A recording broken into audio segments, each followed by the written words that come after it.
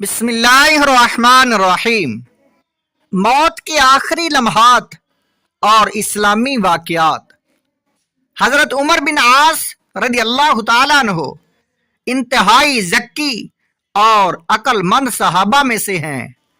आपके हालात में लिखा है कि जब आप पर सुकरात की कैफियत तारी हुई तो आपके साहबजादे ने अर्ज किया कि अब्बा जान, आप फरमाया करते थे, काश कोई ऐसा अक्लमंद होता जो मौत के वक़्त के हालात को और कैफियत को बयान करता। अब आप इस हालत में पहुंच चुके हैं, लिहाजा आप ही बता दीजिए कि आप किस वक़्त क्या महसूस कर रहे हैं। हज़रत उमर बिन आस रज़ी अल्लाह तआला अन्हु ने जवाब दिया कि बेटा, हकीकत तो ये है कि मौत की कैफियत को अल्फाज में बयान करना दुश्वार है। अलबत्ता कुछ बातें अर्ज करता हूँ कि गोया ऐसा महसूस हो रहा है कि मेरी गर्दन पर रज़वी नामी पहाड़ रख दिया गया है। मुझे ऐसा लग रहा है कि मेरे पेट में कांटे की शाख है और मुझे सांस लेने में ऐसी दिक्कत हो रही है गोया जी मेरे जान सुई के सुराख से निकल रही हो। ये वाक़या शरहुस्सुदूर में इमाम जलालुद्दीन सयूती की किताब शरहुस्सुदूर अहवाल कबूर मुतरज्जम सफ़ा नंबर 81 पर है। हज़रत शदाद बिन औस रज़ी अल्लाह तआला अन्हु का तबसरा। हज़रत शदाद बिन औस रज़ी अल्लाह तआला अन्हु फरमाते हैं कि मौत का मंजर दुनिया और आखिरत का इंतहाई हौलनाक मंजर है। मौत की तकलीफ आरों से चीरे जाने, कैंचियों से काटे जाने और देगचियों में पकाए जाने से ज्यादा सख्त है। अगर कोई मुर्दा कब्र से उठकर जिंदा लोगों को सिर्फ मौत की शिद्दत बयान करे तो वो लोग सारे ऐश व आराम को भूल जाएंगे। शरहुस्सुदूर फी अहवाल कबूर मुतरज्जम सफ़ा नंबर 83। हज़रत काब अहबार रहमतुल्लाह अलैह का तबसरा।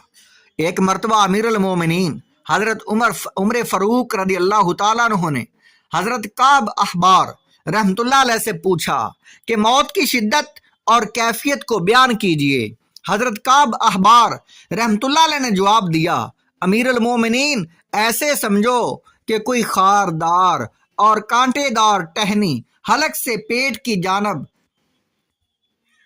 डाली जा रही है और उसका कांटा राग में और आंत में पवस्त हो जाए, फिर उसे झटका देकर खींचा जाए तो इस वक़्त जो तकलीफ होती है उससे ज्यादा तकलीफ मौत के वक़्त महसूस होती है। शरहुस्सुदूर फी अहवाल कबूर मुतरज्जम सफ़ा नंबर 82 और 83।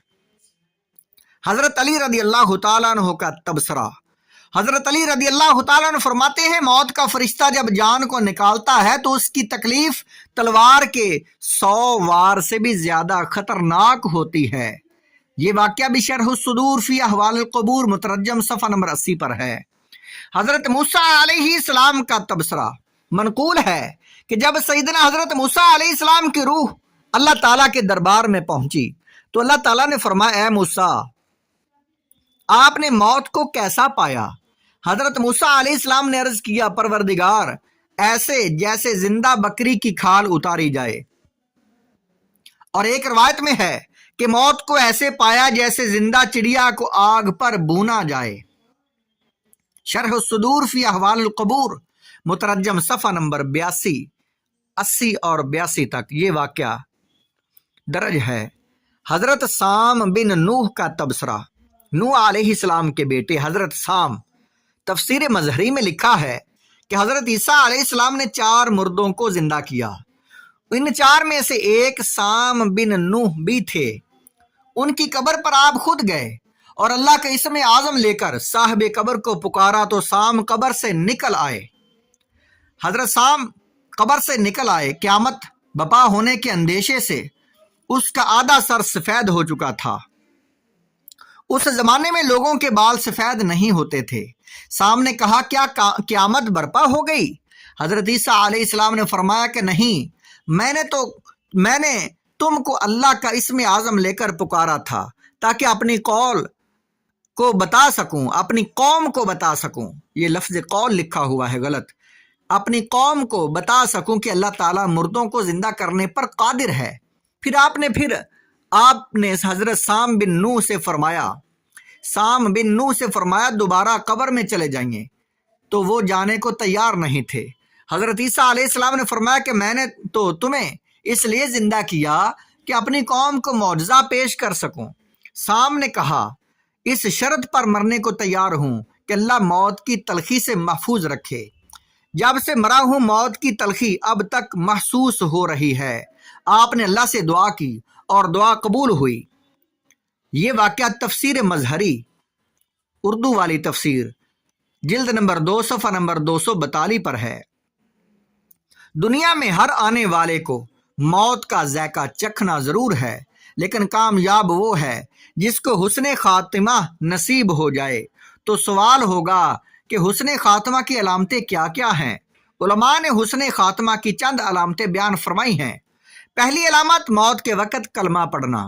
حسن خاتمہ کی پہلی علامت ہے کسی کو مرتے وقت کلمہ شہادت نصیب ہو جائے. حدیث شریف میں بھی یہی تعلیم دی گئی ہے کہ اپنے مرنے والوں کو لا الہ الا اللہ کی تلقین کرو. یہ مسلم شریف کی حدیث ہے، حدیث نمبر 916. ایک حدیث میں ہے کہ جس کا آخری کلام لا الہ الا اللہ ہوگا تو وہ جنت میں جائے گا.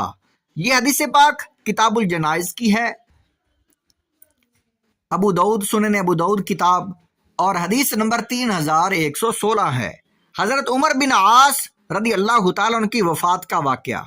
جلیل القدر صحابی اور اسلام کے عظیم سپہ سالار حضرت عمر بن عاص رضی اللہ تعالیٰ عنہ، آپ کی وفات کے وقت بارگاہ الہی میں آپ نے دونوں ہاتھ اٹھا کر عاجزی کے ساتھ کہا پروردگار آپ نے حکم دیا اور ہم نے حکم کی مخالفت کی، تو نے منع کیا اور ہم نے نافرمانی کی. رب کریم میں بے قصور نہیں ہوں کہ معذرت کروں اور طاقتور نہیں ہوں کہ غالب آ جاؤں. اگر تیری رحمت شامل حال نہ ہوگی تو ہلاک ہو جاؤں گا.